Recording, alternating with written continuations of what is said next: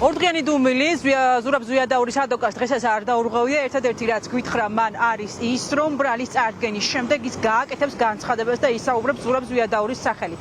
საინტერესოა რა აქვს სათქმელი დაკავებულ ოლიმპიურ ჩემპიონს ბრალდებული სტატუსით, რომელიც იარაღის უკანონო ტარების მუხლით დააკავა გუშინ შინაგან საქმეთა სამინისტროს საპატრულო ეკიპაჟმა. პოლიციამ ბრალის წარდგენა იწყება ამ წუთებში დიდი ალბათობით გამომდინარე იქიდან, რომ როგორც ადვოკატმა გაანმარტა, ის ჩქარობდა გამომდინარე იქიდან, რომ მას ელოდებოდნენ გამომძიებლები და ბრალის წარდგენის პროცედურა წუთი-წუთზე უნდა დაიწყოს სახლის წინასწარი მოთავსების იზოლატორში. ადვოკატი ისევე განმარტებით ზურაბ ზვიადაური იყენებს დუმილის უფლებას, რაც ნიშნავს იმას, რომ ის სავარაუდოდ არ თანამშრომლობს არც გამოძიებასთან, თუმცა ბრალის წარდგენის დროს დიდი ალბათობით გამომძიებლებთან ის ისაუბრებს, რატომ ატარებდა იარაღს, ან ატარებდა თუ არა, საინტერესოა, ისაც საკითხავია იარაღს ის გადაადგილების დროს.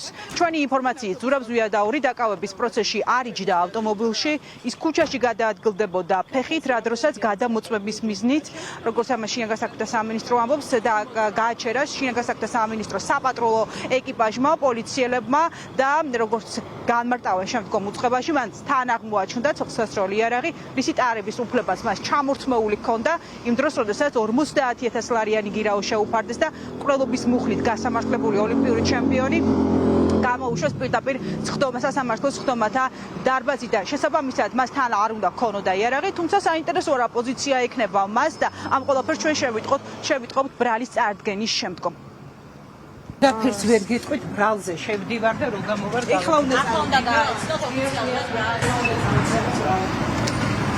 ორი სიტყვით გითხარით რა, ალბათ შეიძლება. დუმილის უფლებას იყენებს, ეს მაინც გითხარით. არ სურს არაფერზე საუბარი.